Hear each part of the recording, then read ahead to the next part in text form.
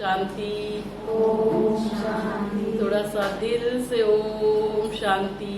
ओम शांति। तो आप सभी का आज के इस सत्र में बहुत बहुत दिल से स्वागत है, सत्कार है, अभिनंदन है। जोरदार तालियां अपने लिए बजाएंगे। तो विशेष ना हम आज यहाँ दो बातों के लिए आए हैं, है ना। एक तो टेस्ट करेंगे सर्वाइकल कैंसर का, सर्वाइकल माना गर्भाशय मुख का कैंसर, और दूसरा फिर इसके बारे में थोड़ा सा इंफॉर्मेशन भी लेंगे। तो इसके लिए विशेष हमने ना टीचर्स और हमारे आशा और आंगनवाड़ी सेविका, इनके लिए हम लोगों ने प्लान किया है। वैसे इसका 3000 कॉस्ट रहता है, तो लेकिन समाज में आप इतना सारा कुछ समाज के लिए करते हैं, टीचर्स और हमारे आशा आंगनवाड़ी सेविकाएं। आशा आंगनवाड़ी सेविकाओं की वजह से हमारा जो भारत है, इंडिया, आज भी क्या है, पोलियो फ्री हो चुका है ना, पोलियो फ्री।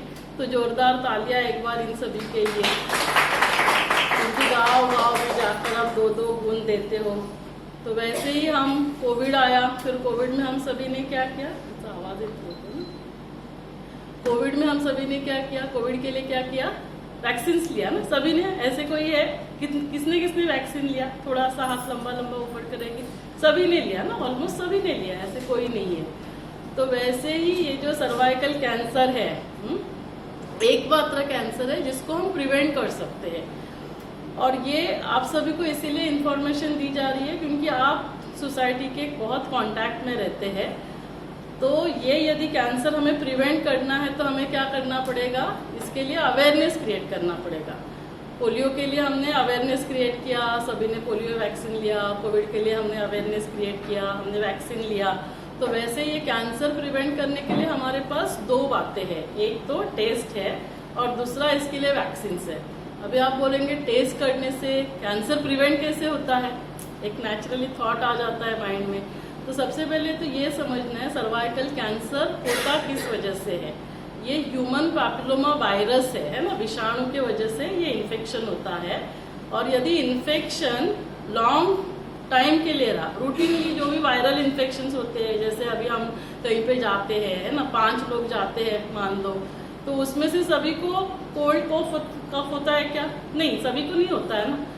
एक तो को होगा, उसमें से एक को थोड़ा ज्यादा सीवियर होगा, है ना, तो उसको शायद एंटीबायोटिक भी देना पड़ता है। एक को होता है माइल्ड, बाकी तीनों को नहीं होता है। क्यों नहीं होता है उनको, या किसी को माइल्ड होता है और ठीक हो जाता है, किस वजह से, हमारा इम्यून पावर है ना, इम्यूनिटी अच्छी होगी तो हमें ये सब जो छोड़ो वायरल इन्फेक्शन वगैरह वो नहीं होंगे। कोविड में भी क्या, जिसकी इम्यूनिटी कम थी उसी को प्रॉब्लम हुआ, बाकी सबको तो नहीं हुआ।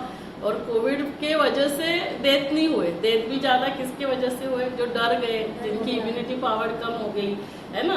तो आप आए तभी मैंने बोला आपको ओम शांति 3 बार बोलो, तो आप शायद सोच में पड़ गए होंगे कि ये 3 बार ओम शांति का और टेस्ट का क्या रिलेशन है, वो भी हम बाद में देखेंगे। तो कोविड में क्या हुआ, डर गए जो, उनको ज्यादा इम्यून प्रॉब्लम्स हुए, उनमें डेथ हो गए। तो वायरल इन्फेक्शंस हमारे हर एक को होते रहते हैं। जैसे ये HPV इन्फेक्शन भी 90% लेडीज को होता रहेगा, तो हर एक को कैंसर नहीं होता है। और 90% में से भी ऑलमोस्ट 90% लोगों का जो है वो इन्फेक्शन अपने आप ठीक हो जाता है, उसकी ट्रीटमेंट भी नहीं करनी पड़ती है ना। तो फिर ये टेस्ट करने से क्या होगा, ये टेस्ट करने से हमें पता चलेगा कि किसी को HPV इन्फेक्शन है या नहीं है। यदि किसी को इन्फेक्शन ही नहीं है तो कैंसर ही नहीं होगा। 10 में से 9 लोगों को HPV इन्फेक्शन की वजह से कैंसर होता है। तो अभी मुझे इन्फेक्शन ही नहीं है तो फिर मुझे कैंसर होने की संभावना ही नहीं है। और यदि मुझे इन्फेक्शन निकला तो उसमें भी एक होता है जो लो रिस्क है, एक है हाई रिस्क है। लो रिस्क वाला क्या करेगा, चांसेस बहुत कम है कैंसर होने के। तो ऐसे लोगों को क्या करते हैं, हम 1 ईयर के बाद रिपीट करते हैं टेस्ट। और 1 ईयर में क्या करेंगे, इम्यूनिटी पावर अच्छा होने के लिए आपको विटामिन के मेडिसिन, बी कॉम्प्लेक्स, आपका खाना पीना अच्छा, तो वो लाइफस्टाइल को हम चेंज करेंगे। तो लाइफस्टाइल को कैसे चेंज करना है वो भी शॉर्ट में हम देखेंगे। तो क्या हुआ, हमने इन्फेक्शन को डिटेक्ट किया, तो अभी जिसको हाई रिस्क है, जिसमें कैंसर होने की संभावना ज्यादा है, उनको हम क्या करते हैं, उनका कॉल्पोस्कोपी, स्कोप माना क्या, दूरबीन, दूरबीन से क्या होगा, कोई भी चीज जो है वो थोड़ा मैग्नीफाई होकर दिखेगी, तो उसमें हमें वायरल इन्फेक्शन की वजह से कुछ अल्सरेशन है तो एग्जैक्टली वो जगह दिखेगी और वहां से हम बायोप्सी ले सकते हैं। तो अभी बायोप्सी में क्या पता चलेगा कि प्री कैंसरस माना कैंसर होने से पहले की स्टेज, सबसे पहले तो क्या पता चलेगा, इन्फेक्शन। दूसरा क्या पता चलेगा आगे के टेस्ट में बायोप्सी में कि ये बायोप्सी नॉर्मल है या इसमें प्री कैंसरस है या इसमें कैंसर है, 3 बातें पता चलेगी। अभी इन्फेक्शन है तो इन्फेक्शन का मैंने बता दिया। प्री कैंसर है माना क्या, कैंसर होने से पहले वाली स्टेज, तो इसमें क्या करना पड़ेगा, सिंपल ट्रीटमेंट। जिस पोर्शन में हमारा इन्फेक्शन है, प्री कैंसरस लीजन है, उतना हमने रिमूव कर दिया या फिर उसको क्रायोकॉट्राइजेशन माना उतना जो पोर्शन है उसको हम आइस बनाते हैं, तो क्या होगा, जो इन्फेक्शन के वायरसेस है वो डेड हो जाते हैं। तो क्या हो गया, हमने क्या किया, प्रिवेंट किया ना, कैंसर होने से हमने खुद को बचा लिया। तो इसीलिए टेस्ट करने से कैंसर प्रिवेंट कैसे होता है, टेस्ट किया तो उसके वजह से हमें पता चला इन्फेक्शन है तो इन्फेक्शन का ट्रीटमेंट किया तो हमने कैंसर होने से खुद को बचा लिया। तो इसीलिए क्या कहते हैं, prevention is better than cure. Cancer होना ही क्यों चाहिए, कैंसर होने से पहले ही आप इन्फेक्शन है तो उसका ट्रीटमेंट कर लो। मान लो किसी को कैंसर डिटेक्ट हुआ तो भी कितना होगा, वो अर्ली स्टेज में होगा। अर्ली स्टेज में होने से क्या होगा, साइंस इतना एडवांस हो चुका है, उसकी पूरी ट्रीटमेंट हो जाती है। मान लो किसी को यूट्रस रिमूव करना पड़ता है, थोड़ा सा स्प्रेड हुआ है तो उसके लिए रेडियोथेरेपी है, लाइट दी जाती है, तो क्या होता है वो 100% क्योर हो जाता है। तो इसको क्या कहते हैं, अर्ली डिटेक्शन सेव्स लाइफ। तो इसीलिए टेस्ट करना जरूरी है कि नहीं। अभी इतना टेस्ट अवेलेबल है, उससे हमें 8-10 साल के बाद कैंसर होने वाला है वो समझेगा, फिर भी लोगों को पता नहीं है, इसीलिए लोग टेस्ट नहीं कर रहे। इसीलिए हमें ये इन्फॉर्मेशन होना, टेस्ट तो एक हो गया, दूसरा अवेयरनेस, इन्फॉर्मेशन। तो अभी मान लो हमारे सामने यहाँ 20 लोग बैठे हैं, तो मैं क्या समझती हूँ, मेरे सामने कितने लोग बैठे, 200। क्यों, क्योंकि 1-10 लोगों को जाकर बताएगा। जैसे अभी साड़ी का सेल लगता है तो आप सब लोग फोन करते हो, अगर माहिती आहे का तिकडे खूप चांगला साडीचा सेल लागला है, सांगतो की नहीं। तो वैसे हमें ये इन्फॉर्मेशन सभी तक पहुंचानी है। तो आप क्या करना, उस रीति से समझना कि ताकि मैं किसी का जीवन जो है ना वो बचा सकते हैं। क्यों, क्योंकि अभी ये कैंसर कितना स्प्रेड हो चुका है। इंडिया में हर साल 1,20,000 औरतों को ये कैंसर होता है। कितना, 1,20,000। और उसमें से 70 to 80,000 जो महिलाओं की मृत्यु हो रही है। इसका मतलब क्या, वो कैंसर लास्ट स्टेज में डिटेक्ट हो रहा है। पहला तो कैंसर होना ही नहीं चाहिए, दूसरा कैंसर हुआ तो भी वो जल्दी डिटेक्ट होना चाहिए। और काफी लोगों को क्या लगता पता है, कैंसर ना मुझे नहीं होने वाला, वो तो इसको होने वाला है। तो ऐसे नहीं समझना है, पहले हमें उसके बारे में इंफॉर्मेशन हो, किसी को भी हो सकता है, क्यों नहीं होना चाहिए, उसके लिए क्या करना है वो सब हम जानकारी ले लेंगे। लेकिन उसके लिए है ये सब टेस्ट, अवेयरनेस, ये हर एक को पता होना बहुत जरूरी है। हर 7-8 मिनट में एक महिला की मृत्यु होती है, हर घंटे में 7-8 महिलाओं की मृत्यु हो रही है। तो इसीलिए इसके बारे में हमें जानना चाहिए कि नहीं जानना चाहिए। तो हमारे जितने भी नेबर्स है, फैमिली फ्रेंड्स है, रिलेटिव्स है, इन सभी को हमें इसके बारे में बताना जरूरी है। अभी ज्यादातर क्या होता है ना, जैसे ही कोई टेस्ट या कुछ बोला तो जो महिलाएं रहती है ना तो वो डर जाती है, वो सोचती है पता नहीं क्या क्या होगा, कुछ दर्द होगा क्या, कुछ काटेंगे क्या करेंगे। तो इसीलिए हम आपको बता दें कि ये टेस्ट एकदम सिंपल है। ये क्या है, जैसे हमारा ईयरबड होता है वैसे ही है, लेकिन थोड़ा लंबा वाला है, कॉटन स्वैप स्टिक जिसको बोलते हैं। तो ये कॉटन है आगे, है ना। तो इससे जो डिस्चार्ज होते हैं, जो सेल्स बाहर आते हैं, सिर्फ क्या है कि यूट्रस इंटरनल ऑर्गन है, तो हमें टेस्ट करने के लिए ना इंटरनल चेकअप करना होगा। तो वो चेकअप भी नहीं करते हम, अंदर फिंगर वगैरह भी नहीं डालते, कुछ नहीं किया जाता, कोई इंस्ट्रूमेंट भी नहीं डाला जाता, सिर्फ सेपरेट करके इंटरनल ये डाल के हम जो टेस्ट सेल्स है वो लेते हैं और फिर ये टेस्टिंग के लिए जाता है। इसको बोलते हैं HPV DNA टेस्टिंग। इसमें HPV वायरस के इन्फेक्शन के लिए टेस्ट होता है। अराउंड 15 डेज के बाद ये रिपोर्ट आ जाता है। दूसरा टेस्ट आपने शायद नाम सुना होगा या आप में से किसी ने किया भी होगा, पैप स्मीयर बोलते हैं। तो पैप स्मीयर क्या करते हैं हम लोग, साइटोलॉजी जो सेल्स है उसमें कैंसर का कुछ चेंजेस आए हैं क्या वो देखते हैं। तो पैप स्मीयर से भी ये ऊपर का टेस्ट है। अभी इसका कॉस्टिंग कितना है, 3000। अभी हर एक अफोर्ड नहीं कर सकता है, लेकिन ये हर साल नहीं करना होता है। कितना? 5 साल में, पैप्समियर 3 साल में, पैप्समियर 3 साल में, ये 5 साल में। तो जो 5 साल में, तो 5 साल के लिए हम लोग एक 2500 3000 उतना तो हमारे लिए निकाल सकते हैं। तो हम क्या बोलते हैं कि ये टेस्ट 30 to 60 ईयर्स में करना चाहिए। एक ही बार कर सकते हैं तो 35 ईयर्स में करो, 2 बार कर सकते हैं तो 35 ईयर्स और 45 ईयर्स, इतना तो हम कर सकते हैं। एक बार तो कर ही सकते हैं। तो ये आपको लोगों को एक्सप्लेन करना है। सिंपल टेस्ट है, और जब हम खुद करते हैं तो कॉन्फिडेंटली हम दूसरों को बता सकते हैं। तो जैसे अभी आप मुझे पूछेंगे तो मैंने किया है क्या? हाँ मैंने किया है। मेरे फैमिली मेंबर्स, भाभी बहन, उन्होंने किया है क्या? हाँ उन्होंने किया है। मेरे स्टाफ ने किया है क्या? मेरे स्टाफ का हो गया है। तो पहले हम खुद करते हैं, फिर हम दूसरों को बताते हैं। तो दूसरों को बोलने के लिए आता मी केलंय काहीच त्रास होत नाही, तो हम क्या कॉन्फिडेंटली बताते हैं, तो सामने वाले का डर आधा चला जाता है। और उनको बोलेंगे कि अभी ये तो इस मंथ के लिए दिसंबर तक फ्री है, मंगलवार बुधवार गुरुवार हम लोग 12:30 से 2 बजे तक, क्योंकि स्टार्ट होते लोग आते आते 1 बज जाता है। तो 1 ही घंटे का है ना, एक आधा घंटा 45 मिनट्स हम लोग अवेयरनेस क्रिएट करते हैं, टॉक देते हैं, ताकि आपको इन्फॉर्मेशन भी होगा। और दूसरा फिर टेस्ट करने के लिए 10-15 मिनट में, 15-20 मिनट्स में हो जाता है, कुछ करना तो है नहीं हमको। तो ये हो गया इस टेस्ट के बारे में, सभी को क्लैरिटी होगी। सिंपल टेस्ट है, 30 to 60 ईयर्स में करना है। एक ही बार करना है तो 35 ईयर्स में, 2 बार कर सकते हैं तो 35-45 ईयर्स में। एचपीवी कोई नहीं कर सकता है तो पैप्समियर कर लीजिए। पैप्समियर का कॉस्टिंग ज़्यादा नहीं होता है, 600, चेकअप का 400, 1000 रुपीज़ में हो जाता है। और वो 3 से 5 साल में करना चाहिए। तो एटलीस्ट 1000 रुपीज़ का हम खुद के लिए टेस्ट करें, और हम आगे जाकर कुछ भी है तो हम जल्दी डिटेक्ट कर सकते हैं। दूसरा क्या है, कैसे प्रिवेंट कर सकते हैं? दूसरा वैक्सीन। ये आप सभी टीचर्स को भी पता होना चाहिए, आपको भी पता होना चाहिए, क्योंकि जैसे हमने कोविड का वैक्सीन लिया तो हम कोविड से बच गए, पोलियो का वैक्सीन लिया तो पोलियो होने से बच गए, वैसे ही ये एचपीवी वायरस के अगेंस्ट क्या है, वैक्सीन है। तो ये वैक्सीन बाकी सब वैक्सीन के इंजेक्शन होते हैं वैसे ही होते हैं। अब ये किसको किसको लेना चाहिए? क्या ये सिर्फ सर्वाइकल कैंसर प्रिवेंट करेगा? नहीं, ये क्या प्रिवेंट करेगा? HPV infection. तो ये इन्फेक्शन सिर्फ गर्भाशय के मुंह को होता है क्या? नहीं, बॉडी में काफी जगह ये इन्फेक्शन होता है। 6 जगह का इन्फेक्शन और 6 जगह कैंसर होने की रिस्क रहती है। कहाँ कहाँ है? ओरोफेरिंजियल, गले का कैंसर, गले का इन्फेक्शन। फिर जो सर्वाइकल माना गर्भाशय का मुंह, दूसरा योनि मार्ग जिसको हम वजाइना बोलते हैं, आउटर पार्ट जिसको वल्वा बोलते हैं, एनल रीजन जो मोशन की जगह है, और जेंट्स में पिनाइल रीजन।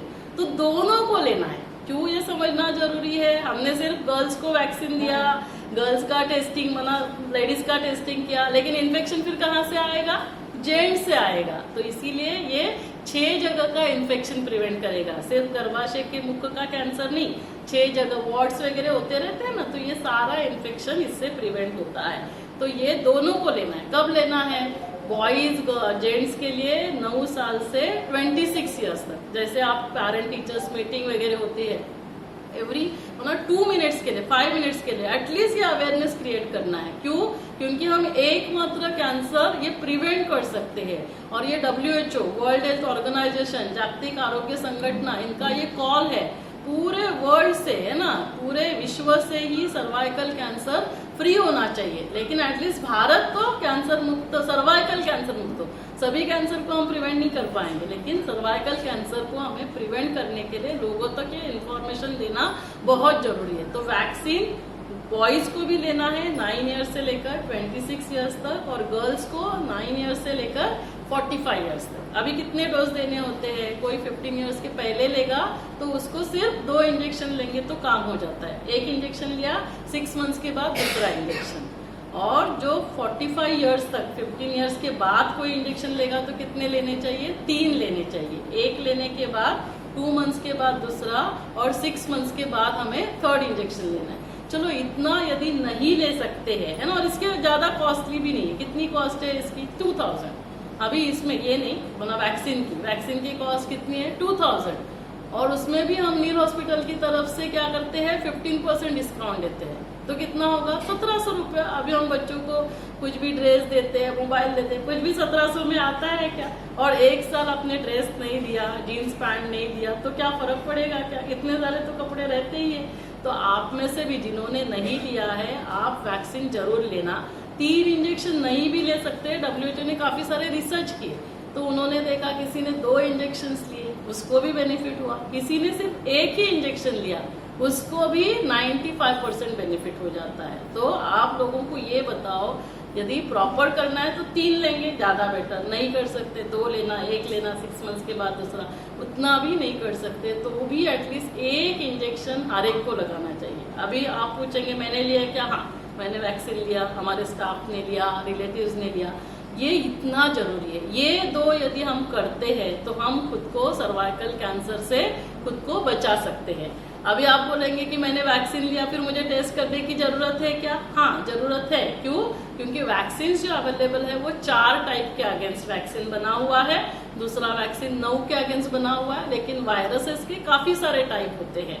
तो इसीलिए हमने वैक्सीन लेने के बाद भी हमें टेस्ट करना है और हमने टेस्ट किया तो भी हमें वैक्सीन लेना बहुत जरूरी होता है। तो ये दोनों इंडिपेंडेंट है। तो ये हो गया सर्वाइकल कैंसर। फिर अभी जैसे हमने कहा कि इन्फेक्शन होता है तो वो हम खुद हमारा ठीक हो जाए उसके लिए हमें क्या करना है? लाइफस्टाइल मॉडिफिकेशन करना है। तो लाइफस्टाइल के लिए आता मी नंतरच बोलेन अर्ध्या तासाने।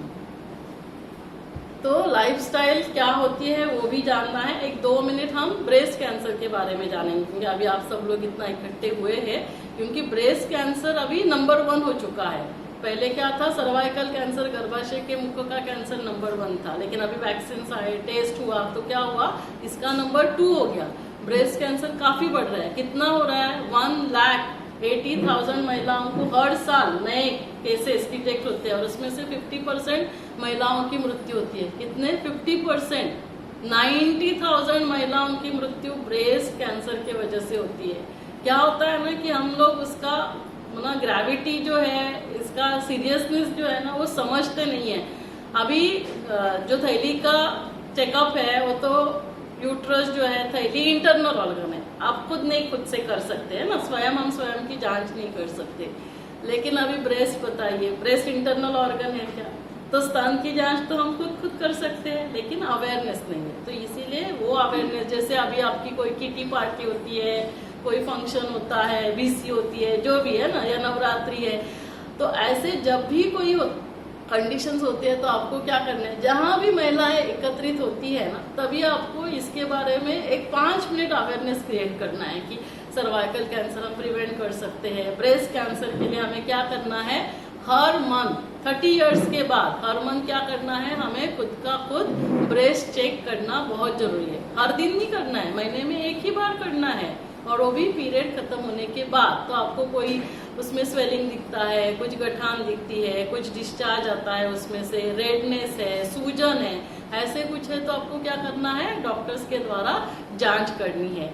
और 30 इयर्स 40 इयर्स के बाद साल में 1 बार डॉक्टर्स के द्वारा जांच करनी है, हर महीने में नहीं, साल में 1 बार। उतना तो जा सकते, 400-500 रुपए डॉक्टर्स की फीस होगी। और 40-45 इयर्स में एटलीस्ट 1 बार सोनोमैमोग्राफी, उसका सोनोग्राफी करना, एक्सरे सोनोग्राफी, मैमोग्राफी करना। तो उससे क्या होगा? ब्रेस्ट की गांठ कैंसर की गांठ छोटी सी भी है और हर गांठ कैंसर की नहीं होती है। पहले ये भी दिमाग से निकाल देना है कि जैसे मैंने कहा इन्फेक्शन कैंसर नहीं, वैसे गांठ कैंसर नहीं, लेकिन वो डॉक्टर को चेक करके डिसाइड करनी है। तो क्या होता है फिर उसमें हम नीडल डाल के FNAC करते हैं, छोटा बायोप्सी होता है, उसमें हमें पता चलता है ये सिंपल गांठ है तो दवाई देकर वो गांठ पिघल जाती है। यदि कैंसर की गांठ है, छोटी है, हमने जल्दी डिटेक्ट की तो क्या होगा? Early detection saves life. At least ये 90,000 50% औरतों की मृत्यु जो कैंसर की वजह से होती है उसको हम प्रिवेंट कर सकते हैं। अभी जैसे सर्वाइकल कैंसर के लिए हमारे पास वैक्सीन है, टेस्ट है, वैसे ब्रेस्ट कैंसर के लिए वैक्सीन नहीं, हम प्रिवेंट नहीं कर सकते। लेकिन ये सारी जितनी भी बीमारियां है ना, आपका कैंसर है, डायबिटीज है, ब्लड प्रेशर है, हार्ट अटैक है, डिप्रेशन, ये सारी क्या है? लाइफस्टाइल डिसीजेस है। क्या करना होगा? हमें लाइफस्टाइल को, हमारे जीवन शैली को ठीक करना होगा। तो जीवन शैली को ठीक करना क्या करना होगा बताइए? जीवन शैली में क्या क्या आता है? हमारे जीवन शैली में क्या क्या आता है? सिंपल बात याद रखने के लिए बहुत इजी। क्या हो गया? हमारे अभी जो पैर है ना वो बहुत ठंडे पड़ गए हैं, हमारा पेट जो है ना वो बहुत टाइट हो गया है, मोटा हो गया है, और हमारा सिर जो है वो क्या हो गया? गर्म हो गया। तो क्या करना है? उसको सिर्फ उल्टा करना है। तो अभी पैरों को गर्म करना क्या करना होगा? हमें वॉकिंग करना होगा, थोड़ा एक्सरसाइज करना होगा। पेट को नरम करना वरना क्या करना होगा, हमारे खाने पीने पे ध्यान देना होगा। तो हमारा जो खाना है ना वही बीमारी का रीजन होता है, जो कुछ अंदर जाएगा वही बाहर निकलेगा। तो हमारे खाने में महाराष्ट्रियन के विशेष क्या होता है, रोटी, वो भी चावल की है ना, तांदळाच्या भाकऱ्या आणि भात है ना, हे आपलं जेवण असतं। जितना कार्बोहाइड्रेट्स अंदर जाएगा उसके वजह से डायबिटीज के वजह से हार्ट प्रॉब्लम्स। तो ये सारा हमें क्या करना है, डाइट को चेंज करना है। तो डाइट को बहुत सिंपल फॉलो करने के लिए, बहुत कुछ कॉम्प्लिकेटेड नहीं, जो मैं खुद फॉलो करती हूँ ना वो मैं आपको बताती हूँ। 11 बजे एक फ्रूट लेती हूँ, एक टाइप का, एक नहीं, माना अभी आपको 2 केला खाना है बोला दो केला खाओ, 2 बनाना खाना है, 2 एप्पल खाना है, 2 एप्पल खाओ, एक टाइप का फ्रूट लेना है। अभी आप मुझे पूछेंगे आज मैंने क्या लिया, वो 11 बजे मैंने दालिम जो है पोमेग्रेनेट उसका जूस, तो एक छोटा डिब्बा आया था, उतने में फिर चारुशिला गरत मैडम जो हमारे उप महापौर है, आप सभी जानते हैं ना, वो आए थे। अभी मैं फिर हम लोग क्या करते हैं इंडिया में तो है ना, सभी जो तो ऑफर करते हैं तो आधा ही लिया। अभी उसके बाद फिर 12 बजे 1 बजे मैं फ्रूट लेती हूँ, लेकिन अभी वो दूसरा पेरू आया हुआ था, अब लेक्चर लेना था तो वो भी नहीं खाया मैंने, ऊपर आ गई।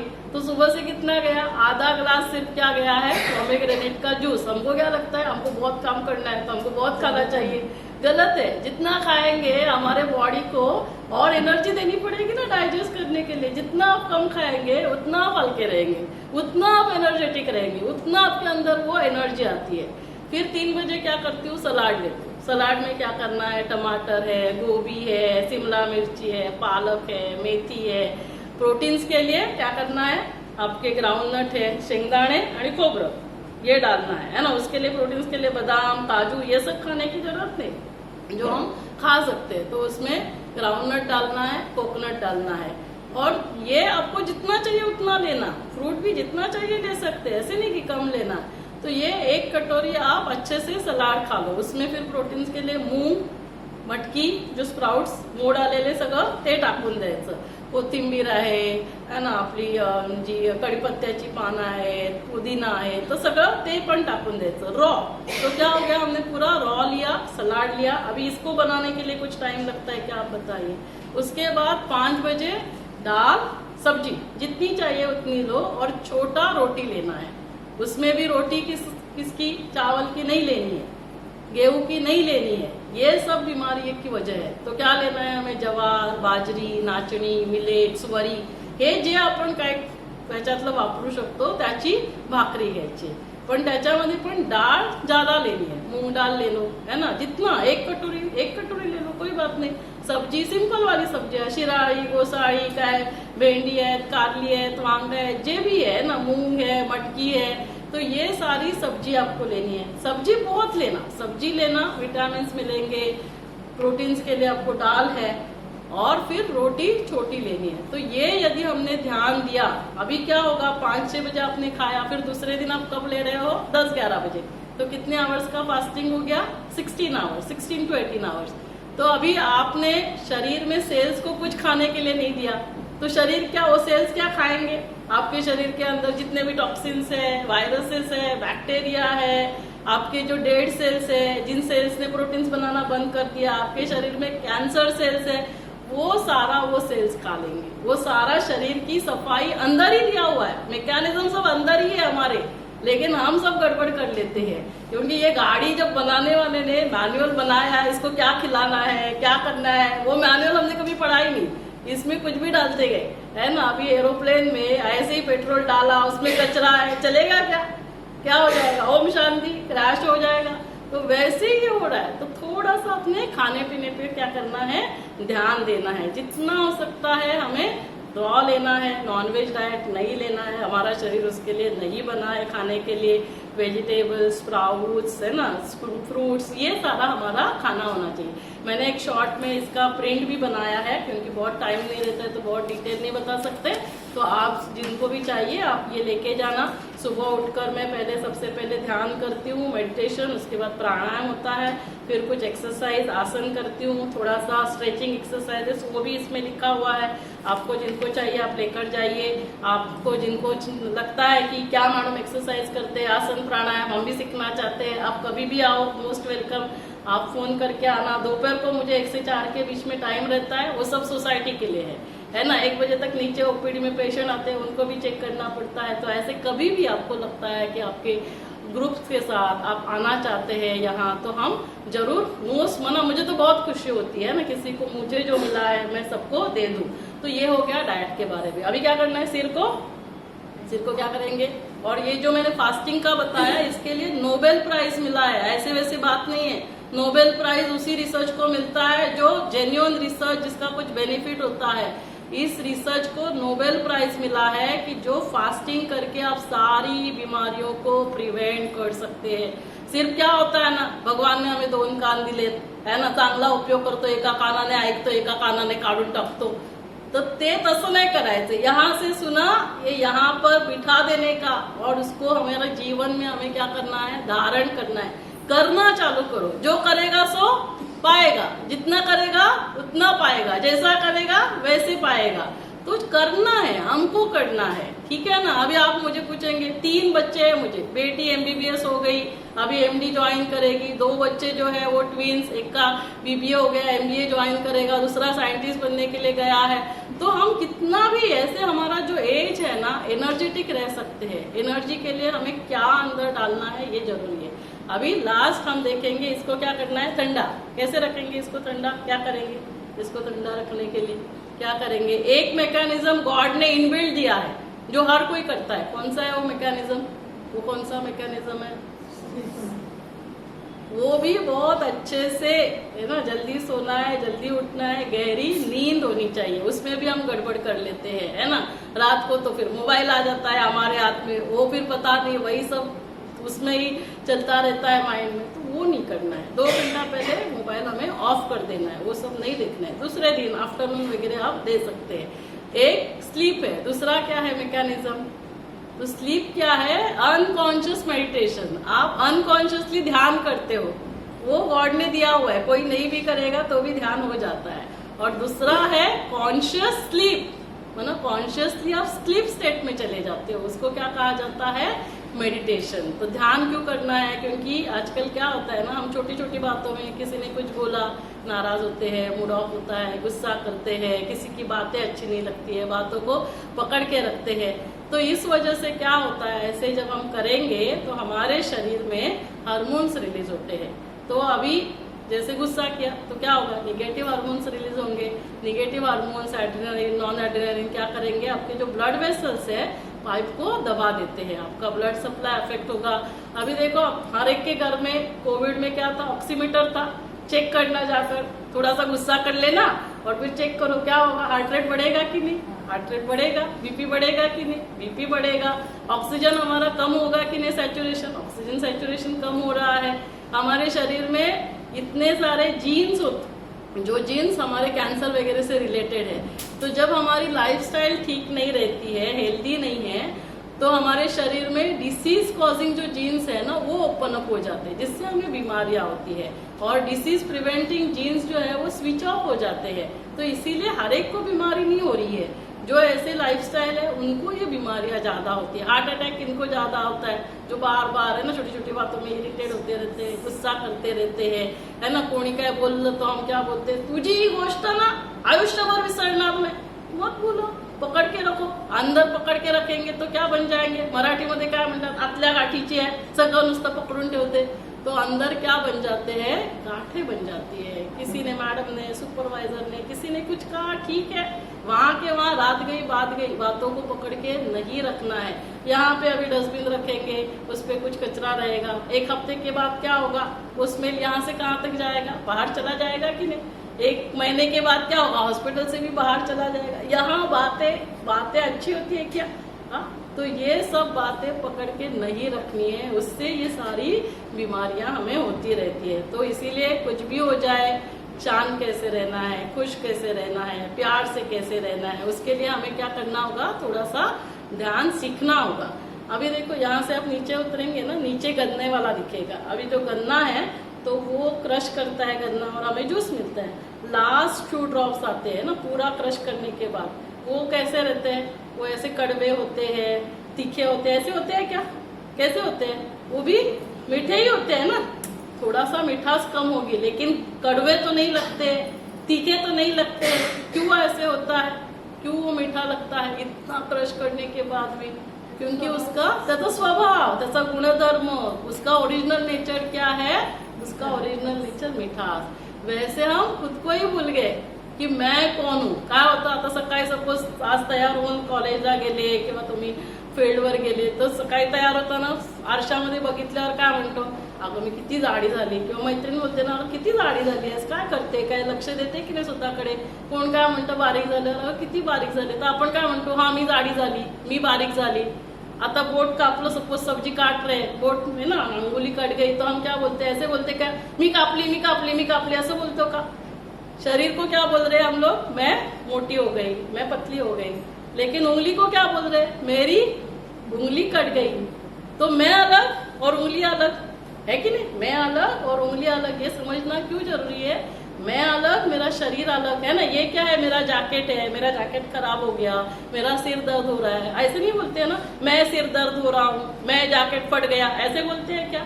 तो मैं समझना और मेरा समझना क्यों जरूरी है, क्योंकि वो मैं का गुणधर्म, मैं जब मैं खुद को याद दिलाऊंगी, इसीलिए 3 बार ओम शांति बोला. मैं कौन हूँ, ओम माना आत्मा और शांति. मैं स्वयं ही कौन हूँ, मैं आत्मा हूँ. ये शरीर तो मेरा कॉस्ट्यूम है. मैं आत्मा शांत स्वरूप हूँ, मैं आत्मा प्रेम स्वरूप हूँ, मैं आत्मा शक्ति हूँ, मैं आत्मा ही सुख हूँ. लेकिन अभी क्या हो गया, हम खुद को भूल गए. तो हम क्या कर रहे हैं, शांति के लिए, प्यार के लिए, सुख के लिए बाहर ढूंढ रहे. क्या बोलते हैं, अगर थोड़ा प्रेमाने बोल 2 शब्द, थोड़ा सा 2 मिनट शांति से बैठने दो. यही मांगते हैं ना. क्यों मांगते हैं, इसका मतलब क्या, उसकी हमें जरूरत है, नहीं तो क्यों मांगेंगे. और उसकी जरूरत क्यों है, जैसे अभी भागेंगे दौड़ेंगे, शरीर में पानी की मात्रा कम हो जाएगी, आप आएंगे बोलेंगे मैडम पहले प्यास लगी है ना, 1 गिलास पानी दो. मैं बोलूंगी हॉस्पिटल में वो ऑक्सीजन लगा देती हूँ, चलेगा क्या. शरीर में क्या चीज कम हो गई है, पानी की मात्रा कम, तो क्या चाहिए, पानी चाहिए. अभी कोविड में ऑक्सीजन की कमी हो गई, मैं बोलूंगी चलो सलाइन ही लगा देती हूँ, चलेगा क्या.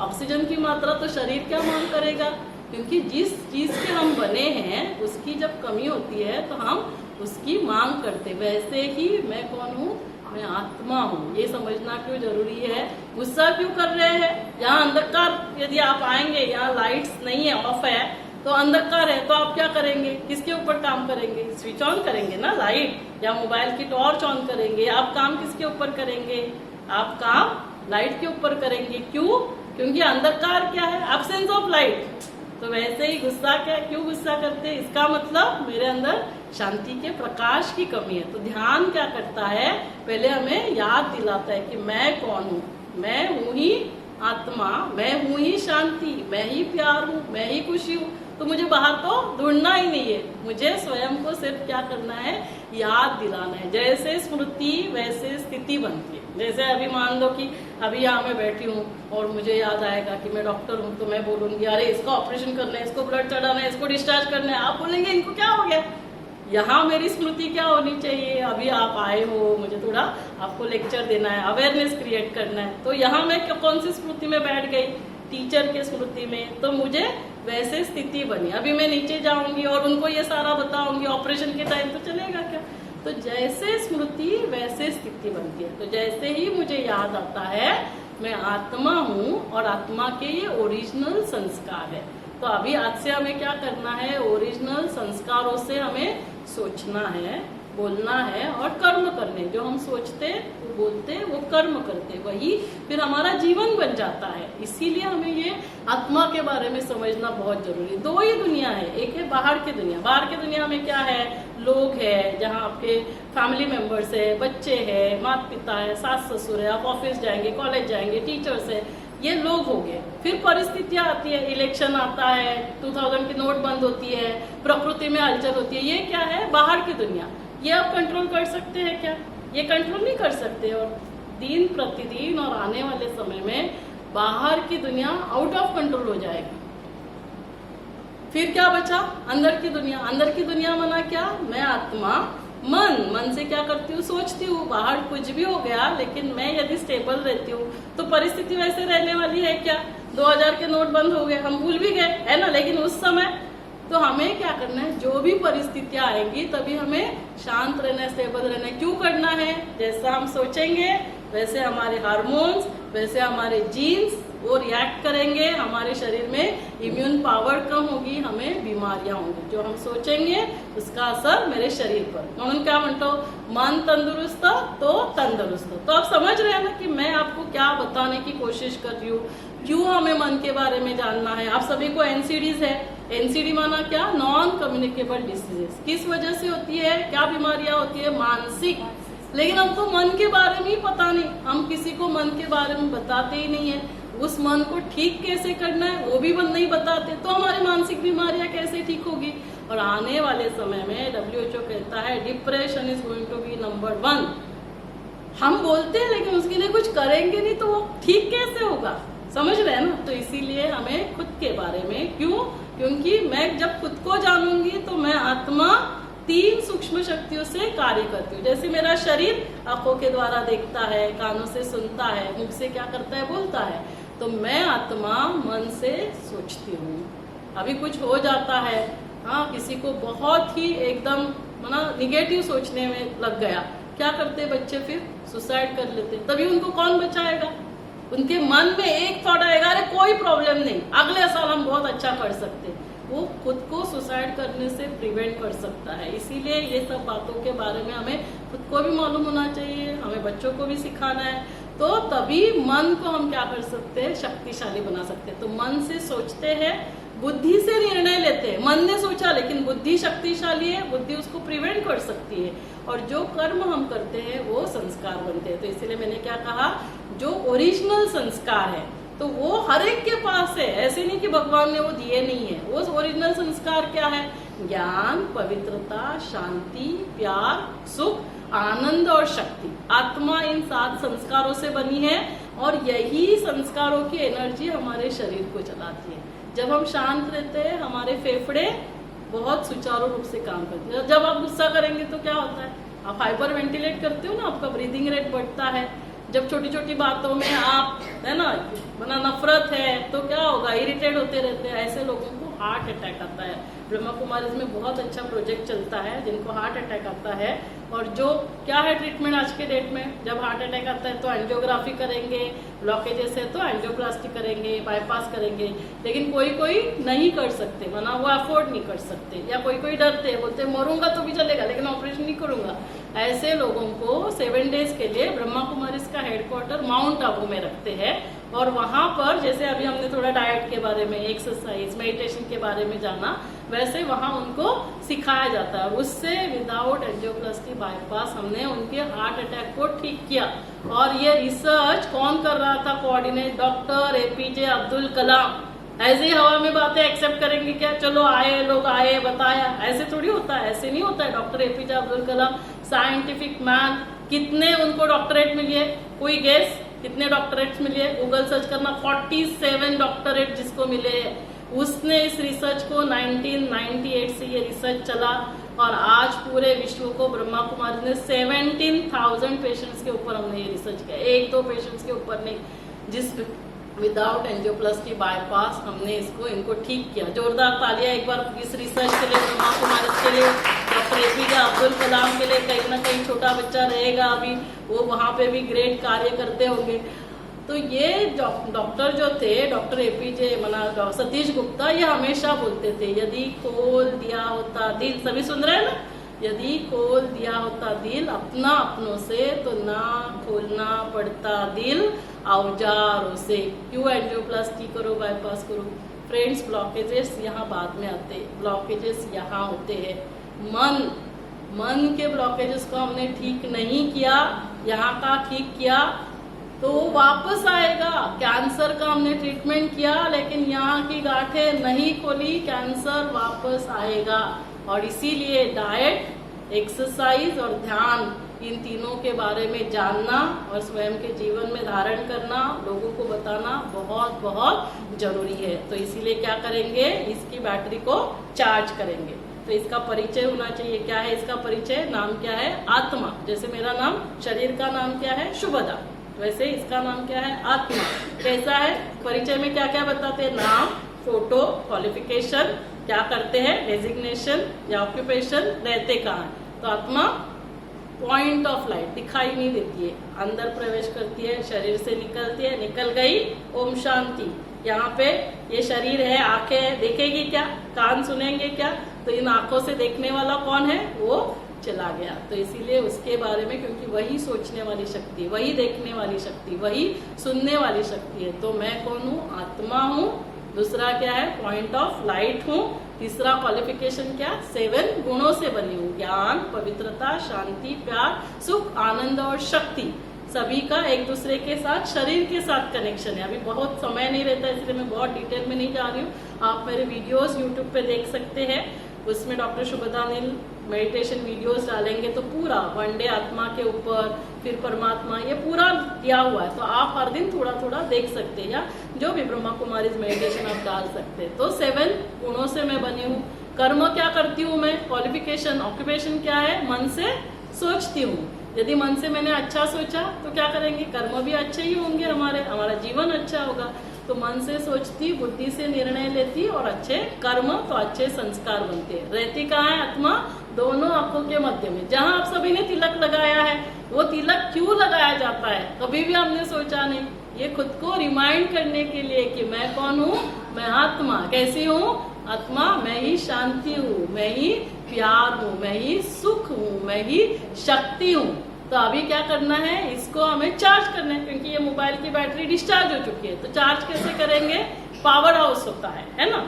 जैसे मोबाइल की बैटरी डिस्चार्ज होती है तो आप सभी क्या करते हैं? चार्जिंग करते हैं। अभी इसको चार्जिंग करना है तो कहाँ लगाना पड़ेगा? जो शांति का सागर है, खुशी का सागर है, प्यार का सागर है, और वहां पे रोल आता है सुप्रीम कॉन्शियसनेस का, सुप्रीम एनर्जी का, जिसको अलग अलग नाम से पुकारते हैं, ईश्वर, वाहिगुरु, अल्लाह, गॉड। तो वो कैसे है? वो निराकार है। उसका परिचय क्या है? वो भी 5 बातें है ना। जैसे ये शरीर है, शरीर के माता पिता भी ऐसे ही होंगे ना, वैसे आत्मा के माता पिता भी कैसे होंगे? Point of light. जो 7 गुणों से हम बने हैं, उन्हीं गुणों के वे क्या है? सागर है, इस ओशन। पॉइंट ऑफ लाइट रूप में बिंदु, लेकिन गुणों में क्या है? सिंधु है। भगवान को क्या कहते हैं? सुख करता, दुख हरता। जो हमारे दुख हरता है और सुख देता है। कैसे देगा? ये सारा ज्ञान देता है, हमारे अंदर शक्ति भरता है। फिर वो रहता कहाँ है? LKG का syllabus, twinkle twinkle little star, how I wonder what you are, up about the world so high, like a diamond in the sky. घर में किसी की मृत्यू होती है, बच्चे पूछते हैं तो हम क्या बोलते हैं कि आजी कुठे गेली, आपण काय म्हणतो? देवाच्या घरी। तो पूछता है वो कहाँ है, तो क्या बोलते हैं? ऊपर ही हाथ दिखाते हैं, कोई नीचे यहाँ वहाँ दिखाता है क्या? तो कहाँ रहते हैं? परम धाम, शांति धाम। और क्या करते हैं काम? यदा यदा ही धर्मस्य ग्लानिर्भवति भारत, जब जब इस धरा पर अधर्म की आती होती है, तब तब मैं फिर से इस धरा पर अवतरित होकर अनेक अधर्मों का विनाश और एक सत्य धर्म की स्थापना। कौन सा धर्म? आत्मा का स्वधर्म है ना। इसीलिए गीता में क्या क्या कहा है कि ते ज्यांचे ज्यांचे टेस्ट करायला समझे जाता है त्यांचे। 2 मिनट ही अभी हो गया है, 2 मिनट में हम लोग मेडिटेशन करके वाइंड अप करेंगे। क्योंकि क्या है, देखो, टेस्ट करना सिर्फ इम्पोर्टेंट नहीं है। आज आपको शायद ये जो हम बता रहे हैं उसकी वैल्यू समझ में नहीं आती होगी। एक समय आएगा तभी आपको याद आएगा कि मैडम ने तभी हमें मेडिटेशन सिखाया था। बाहर की दुनिया आउट ऑफ कंट्रोल होगी, अंदर की दुनिया भी आउट ऑफ कंट्रोल होगी, तभी कहेंगे कि मेरा जीने का मन नहीं कर रहा है, उसको डिप्रेशन कहा जाता है। तो अभी सभी कंफर्टेबल रिलैक्स होकर बैठ जाए, 2-3 मिनट मेडिटेशन करेंगे, फिर आप सभी नीचे जाकर टेस्ट करना। जिनको बहुत जल्दी होगी तो वो तो तुरंत जा सकते हैं। 2 मिनट मेडिटेशन करने के बाद जो बैठ सकते हैं, आने वाली दुनिया जो बहुत सुंदर दुनिया होगी, जहाँ सुख शांति खुशी प्यार होगा, जहाँ सुख शांति खुशी होती है वहाँ कोई बीमारियां नहीं होती है। उस दुनिया को हम जन्नत, स्वर्ग, पैराडाइज, हेवन कहते हैं। उसका यहाँ मैंने लाइट एंड साउंड शो बनाया हुआ है, 3 मिनट का लाइट एंड साउंड शो है, जिनको बहुत जल्दी है 3 मिनट नहीं बैठ सकते हैं वो नीचे जाके उनका टेस्ट होगा। अभी सभी 3 मिनट के लिए कंफर्टेबल रिलैक्स होकर बैठेंगे, एकदम रिलैक्स, आंखें बंद करेंगे, कंफर्टेबल होकर बैठ जाएंगे, सभी रिलैक्स।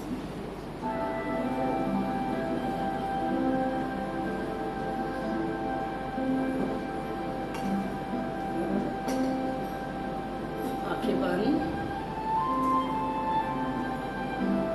शरीर को एकदम रिलैक्स छोड़ते समझिए, शरीर को एकदम रिलैक्स, पैर से सिर तक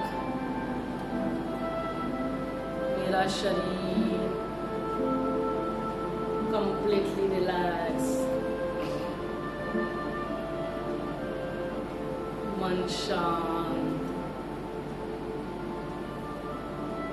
स्वयं को देखे मस्तक के मध्य में विराजमान, जहाँ हम सभी तिलक लगाते हैं, देखे स्वयं को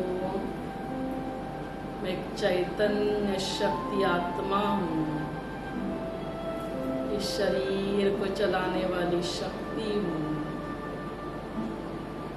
इस शरीर के मैं मालिक हूँ। मन से सोचती हूँ,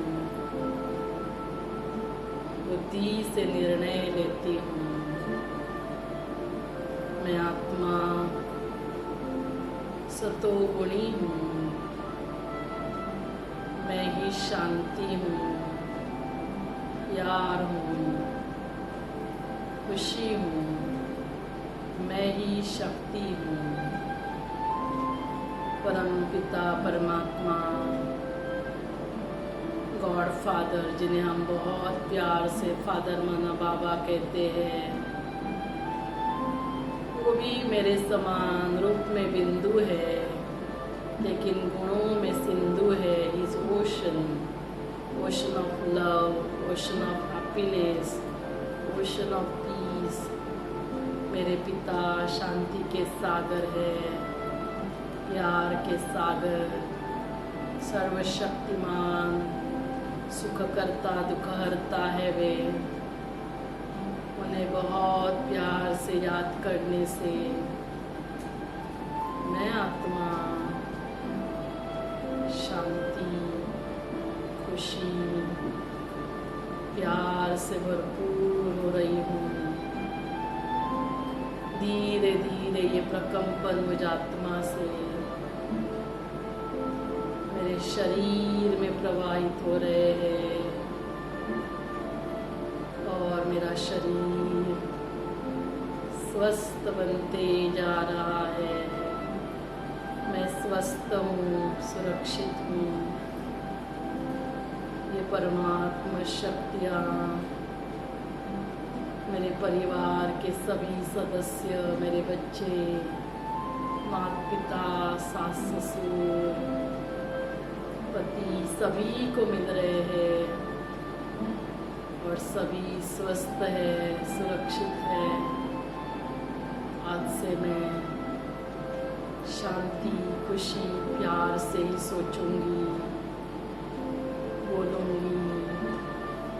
जो कर्म हम करेंगे वो आत्मा के ओरिजिनल संस्कारों में स्थित होकर हम करेंगे, जिससे मैं सदैव सदा शांत, खुश रहूंगी।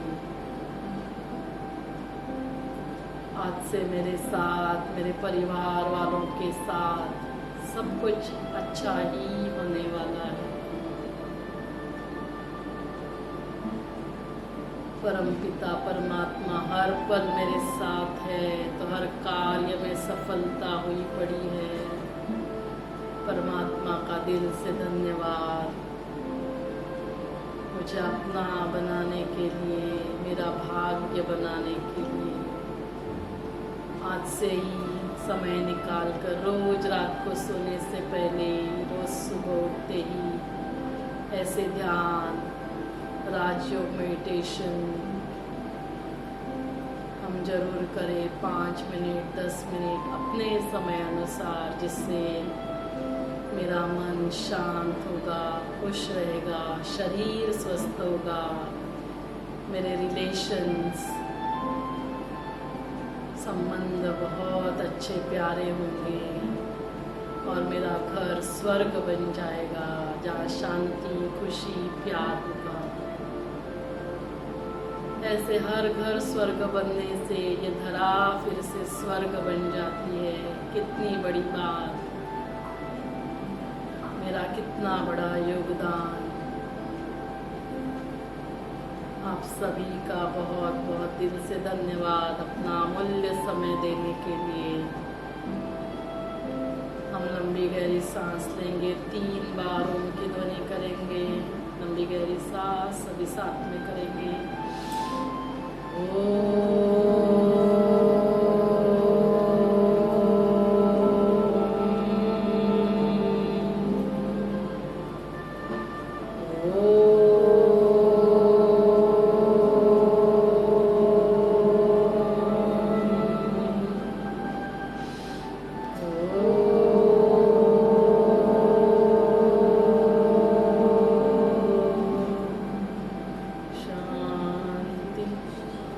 शांति शांति।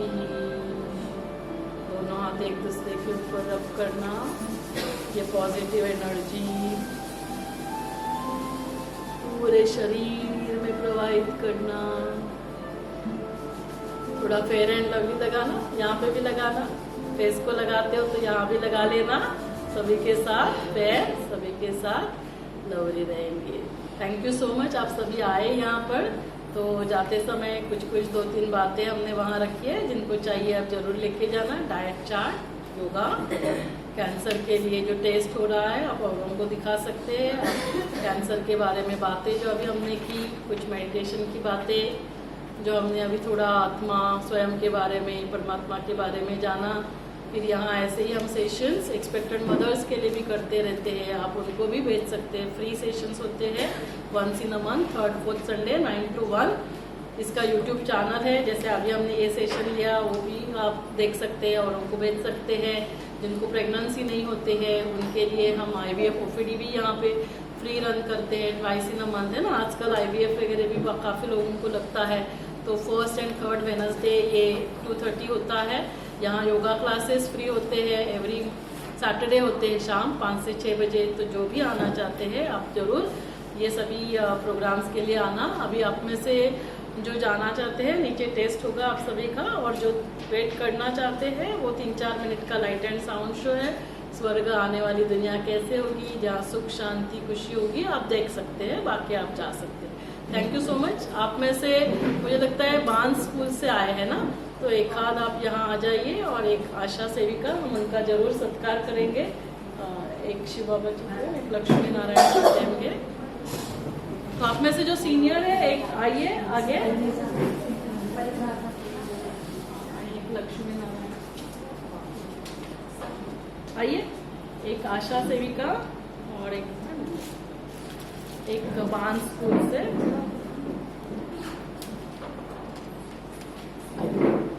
हे इतना वासुदेव